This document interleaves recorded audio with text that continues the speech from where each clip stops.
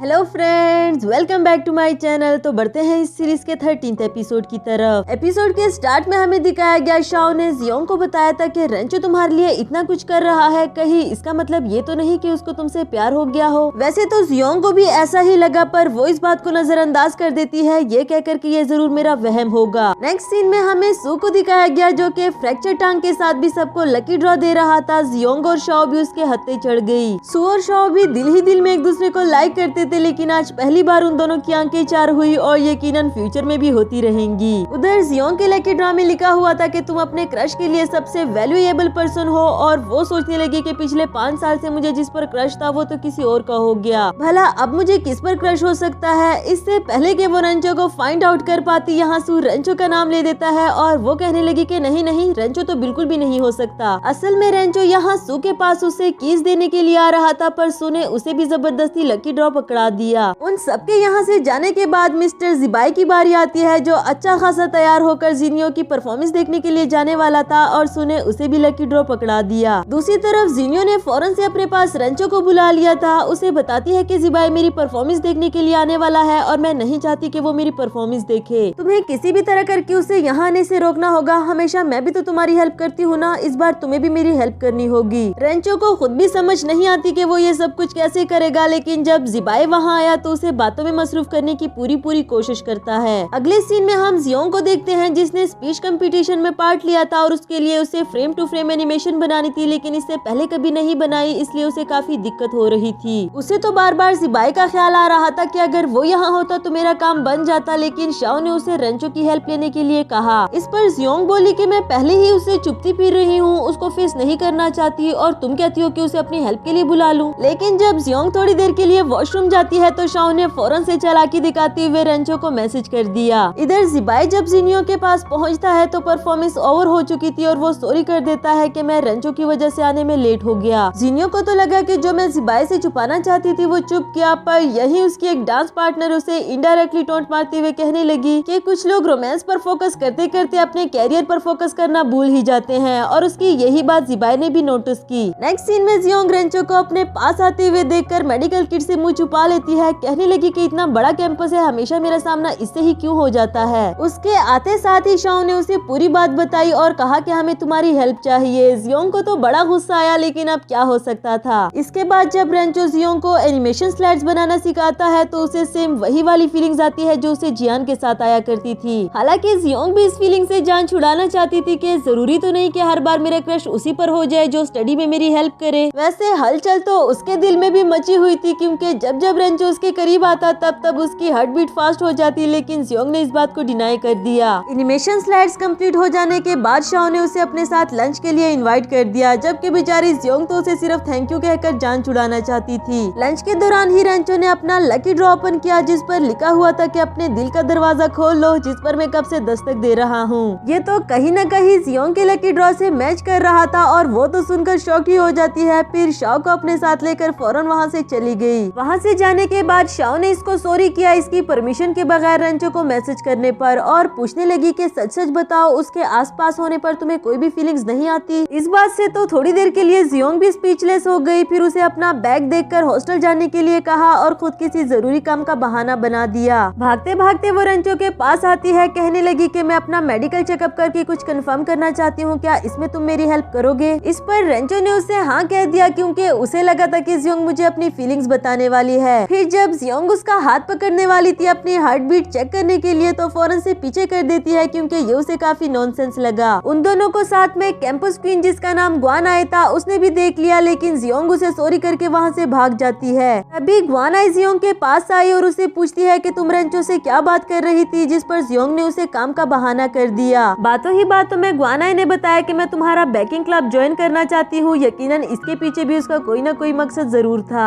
Next scene में हम इन दोनों को बेकिंग करते हुए देखते हैं, जहाँ ग्वान आई ने जियोंग को बताया कि रेंचो ही वो लड़का है जिसे मैं लाइक करती हूँ। ये मेरी लाइफ का सीक्रेट है, तुम इसके बारे में किसी को भी मत बताना, और तुम्हें मैंने इसलिए बताया क्योंकि तुम मेरी सबसे अच्छी दोस्त बन गई हो। असल में ग्वान आई ने ये सब कुछ जियोंग को इसलिए बताया क्योंकि अगर जियोंग के दिल में रेंचो के लिए कोई फीलिंग्स आ गई हो तो अभी के अभी ही उसे खत्म कर दे। जियोंग को भी सुनने में थोड़ा अजीब तो जरूर लगा, लेकिन कहने लगी कि कैंपस किंग और कैंपस क्वीन की जोड़ी बिल्कुल परफेक्ट लगेगी। पर कहीं न कहीं जियोंग के दिल में भी तो उसके लिए फीलिंग्स आ ही चुकी थी और वो सोचने लगी कि जिया के लिए भी कितना मुश्किल हुआ होगा ना अपने प्यार और अपनी बेस्ट फ्रेंड में किसी एक को चूज करना। इधर ग्वानाए अपनी फ्रेंड से मिलकर बताती है कि जियोंग को रेंचो से दूर करने का मेरा मिशन कंप्लीट हो गया। अगर मैं पहले ही रेंचो से फ्रेंडशिप कर लेती तो जियोंग को कभी भी मौका ना मिलता उसके करीब आने का। उसकी फ्रेंड ने इसके लिए रेंचो का फोन नंबर निकलवा लिया था और कॉल करने पर बताया कि मुझे तुम्हारा नंबर जियोंग ने दिया। नेक्स्ट सीन में जिबाई को दिखाया गया जो कि उस लड़की की बातों को सोचकर परेशान हो रहा था। उसे भी लगता है कि ऐसा कुछ न कुछ तो जरूर है जो जिनियो मुझे नहीं बताना चाहती। इधर स्पीच कंपटीशन का टाइम हो गया है जिसमें जियोंग और शाओ ने मिलकर पार्टिसिपेट करना था, पर शाओ को अचानक से डायरिया हो गया। जब स्टेज पर इन दोनों की बारी आई तो जियोंग को अकेले ही आना पड़ा और यहाँ बैठी हुई लड़कियां इसके बारे में बातें करती है कि देखो तो सही जरा क्लास में कितनी डल है और इसने स्पीच में भी पार्ट ले लिया। जियोंग भी काफी ज्यादा नर्वस हो जाती है। तभी उसे रेंचो का मैसेज आया जिसने कहा था कि खुद पर भरोसा रखो और इनकी बातों को ऐसे इग्नोर करो जैसे तुमने कुछ भी नहीं सुना। उसकी बातें जियोंग के लिए हमेशा एक नई उम्मीद बनकर आती है। इसके बाद तो जियोंग ऐसे कॉन्फिडेंट हो गई कि इससे पहले कभी भी ना हुई थी।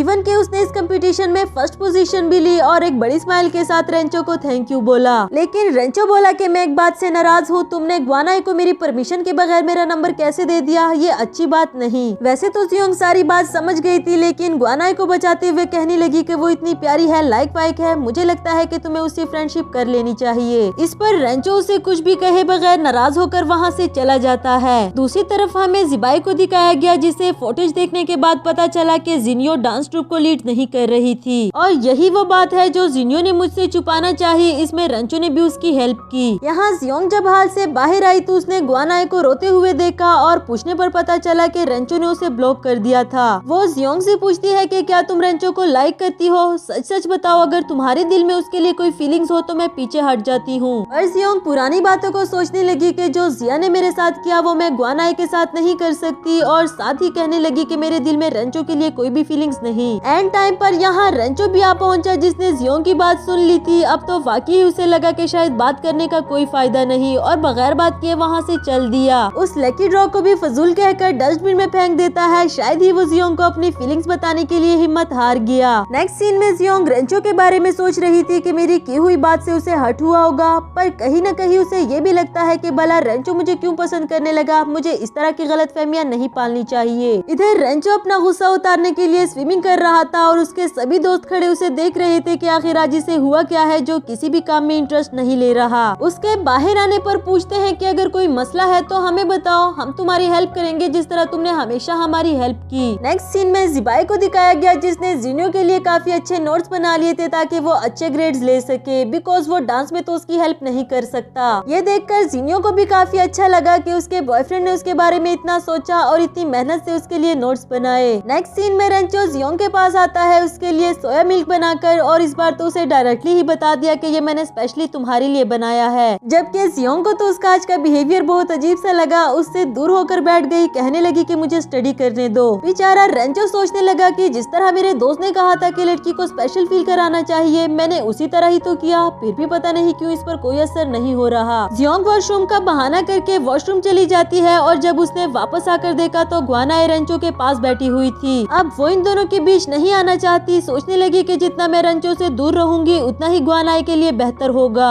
इसीलिए वो दोनों को अकेला छोड़कर वहाँ से चली जाती है। दूसरी तरफ हमें जिनियो को दिखाया गया जो कि जिबाई से झूठ बोल देती है कि मैंने टेस्ट में बहुत अच्छे मार्क्स लिए। हालांकि वो टेस्ट देने के लिए गई ही नहीं बल्कि यहाँ एक डांस परफॉर्मेंस में उसने पार्ट लिया था। शायद ही वो जिबाई को अपने लिए वरीड नहीं करना चाहती थी, लेकिन जब वो डांस करने के लिए स्टेज पर जाती है तो वहाँ जिबाई भी ऑडियंस में बैठा हुआ नजर आया। इस तरह उसका झूठ जिबाई के सामने आया और ऐसा लगता है कि वो काफी ज्यादा गुस्से में था। नेक्स्ट सीन हमें क्लास का दिखाया जाता है जहाँ पिछले सेमेस्टर का रिजल्ट आउट हो गया था। उसे देखने के लिए जियोंग तो नर्वस थी लेकिन शाओ ने हिम्मत करके उसका रिजल्ट देखा। देख के तो शाओ को भी यकीन नहीं आ रहा था कि जियोंग ने इतने अच्छे मार्क्स लिए और जियोंग ने भी फैसला कर लिया कि मैंने कंपटीशन भी जीत लिया, अच्छे मार्क्स भी ले लिए, अब तो मैं सबको पार्टी दूंगी। पीछे ही खड़ा रेंचो गुस्से में इसे घूर रहा था। आफ्टर दैट इसे पूछने लगा कि तुम अपनी बुक्स लेने के लिए वापस लाइब्रेरी में क्यों नहीं आई थी? मैं कल से तुम्हारा बैठा वहाँ इंतजार कर रहा हूँ। ग्वानाए को भी तुमने ही भेजा था ना मुझसे क्वेश्चन समझने के लिए, क्या तुम्हारे दिल में मेरे लिए कोई भी फीलिंग्स नहीं? इस पर तो जियोंग को सोचना पड़ा क्योंकि जब जब ग्वानाए रेंचो के पास होती तो इसे जेलसी फील जरूर हुआ करती थी। कहने लगी क्यों नहीं, मेरे दिल में तुम्हारे लिए फीलिंग्स है ना, तुम मेरे प्राइवेट ट्यूटर हो, वैसे मैंने सबके लिए पार्टी रखी है, अगर तुम तुम भी आओ तो मुझे अच्छा लगेगा। फिर जब रेंचो ने गुस्से में कहा कि मैं नहीं आने वाला तो इस पर जियोंग भी वहाँ से गुस्सा होकर चली जाती है। नेक्स्ट सीन में रेंचो अपने रूम में आता है, काफी गुस्से में था और सुने भी ये बात नोटिस की कि पता नहीं आज इसे क्या हो गया। जबकि यहाँ जियोंग तो काफी हंसते खेलते पार्टी के लिए शॉपिंग कर रही थी, जिस पर शाओ कहने लगी कि प्रिटेंड करना बस कर दो, मैं जानती हूँ कि तुम इतनी भी खुश नहीं जितनी बनने की कोशिश कर रही हो। और तो और जियोंग ने अपने लिए हील भी ले ली जो कि उसने पहले कभी भी नहीं पहनी थी और रेंचो का सारा गुस्सा शाओ पर उतार दिया।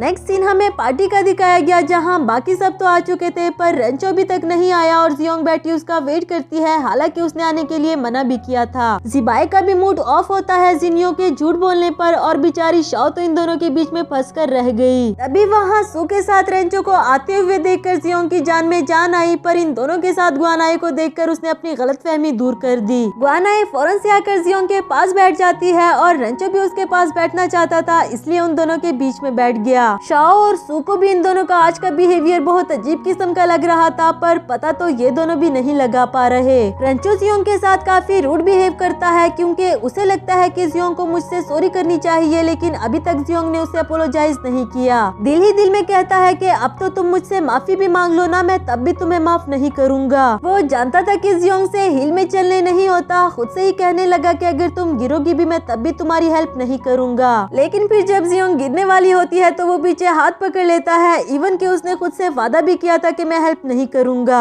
वही गुआनाई भी उससे बात करने की, उसके करीब जाने की कोशिश करती है, जिस पर रेंचो बोला कि अगर तुम कंफर्टेबल फील नहीं कर रही तो पीछे सीट्स पर जाकर बैठ सकती हो। इसी दौरान वहाँ लाइट चली गई जिस पर जियोंग पैनिक कर जाती है और रेंचो फौरन से उसको पकड़ते हुए कहने लगा कि मैं तुम्हारे पास हूँ, तुम्हें डरने की कोई जरूरत नहीं। इसके बाद जियोंग का हाथ पकड़कर उसे बाहर ले जाना चाहता था, जिसके लिए इसने मना कर दिया, ये कहकर के सब हमारे बारे में बातें करेंगे। अब रेंचो ने अपनी शर्ट उतार कर उस पर बांध दी ताकि उन दोनों को एक दूसरे को टच ना करना पड़े और वो उसे बाहर भी ले जाए। तभी जियोंग किसी से टकरा जाती है, गिरने ही वाली थी कि रेंचो ने एक बार फिर से उसको गिरने से रोक लिया। एट द एंड तो जियोंग को भी उसका हाथ पकड़ना ही पड़ा, जिस पर रेंचो ने दिल ही दिल में उसे माफ कर दिया। नेक्स्ट सीन में जियोंग को बाहर अकेले बैठे हुए दिखाया गया। हिल पहनने की वजह से चोट लग गई थी और काफी पेन हो रहा था। वही रेंचो आया उसके लिए स्लीपर्स और मेडिसिन लेकर फिर अपने हाथों से उसकी चोट पर लगाने लगा। जियोंग ने उसे मना भी किया लेकिन रेंचो उसकी एक नहीं सुनता और इसके बाद जियोंग ने भी उसे अपने किए पर सॉरी कर दिया, क्योंकि वो जानती थी जब तक मैं रेंचो को सॉरी नहीं करूंगी उसका गुस्सा खत्म नहीं होने वाला। इस पर रेंचो ने भी उससे प्रॉमिस ले लिया कि आइंदा कुछ भी हो जाए मुझसे झूठ मत बोलना और इस तरह की स्टूपिड हरकतें करना छोड़ दो। इसी के साथ हमारा ये वाला एपिसोड भी खत्म हुआ।